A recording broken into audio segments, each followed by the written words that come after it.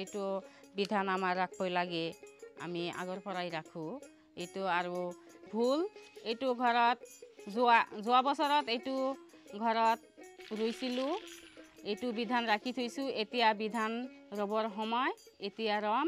আৰু ইয়াতেতো বহুত গুটি আছে, কেইটামান আছে আমাৰ শীতকালত ৰুব লাগে, সেইবিলাকৰ গুটি আমি থৈ দিছোঁ। যেতিয়া শীতকাল আহিলে আমাৰ লাগিব, শুকাই থৈ দিছোঁ।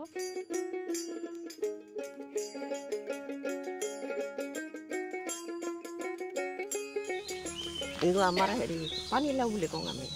এতিয়া পোতা হ'ব, তেতিয়া আমি হেৰি গুটিটো বাকলিটো গুচাই গুটিটো ওলাই এইবাৰ ৰ'দত শুকাই ভালদৰে বটলত সোমাই ৰাখোঁ। সৰুৰে পৰা দেখা পাই আহিছোঁ যে মা দেউতাহঁতে যিকোনো আমাৰ চব্জি বা শাক পাচলিত বীজবিলাক ৰাখি থয়, বিভিন্ন কাপোৰত বা বিভিন্ন বস্তুত বান্ধি থয়, যাতে আমি সেইখিনি মানে বজাৰৰ পৰা মানে আনিব নালাগে বীজখিনি। সেই বীজখিনি বতৰত আমি সেইখিনি ৰোপণ কৰোঁ, আৰু সেইখিনি ৰোপণ কৰি আমি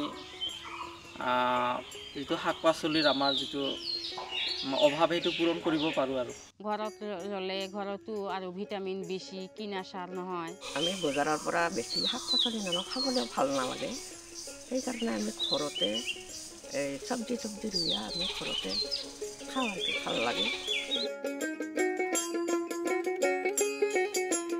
আর আমি ঘরে বিধান রাখি, আমার ঘরের সার এই জায়গা গরুর গোবরের সার, এটাই হলো আসল সার। এই সার দিয়ে আমি ক্ষেত করি।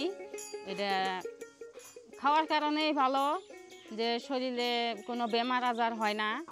কিছুমান বীজ মানে নাইকিয়া হ'ব ধৰিছে, আমাৰ পৰা বিলুপ্ত হ'ব ধৰিছে, আৰু আমি যদি এনেকৈ সংৰক্ষণ কৰি ৰাখোঁ, তেতিয়াহ'লে সেই বীজবিলাক মানে যিখিনি যুৱ প্ৰজন্ম আছে সিহঁতে মানে চিনি পাব বা সিহঁতে দেখা পাব, আৰু সিহঁতে এটা সংৰক্ষণ কৰাৰ মানে অভ্যাস গঢ়ি উঠিব।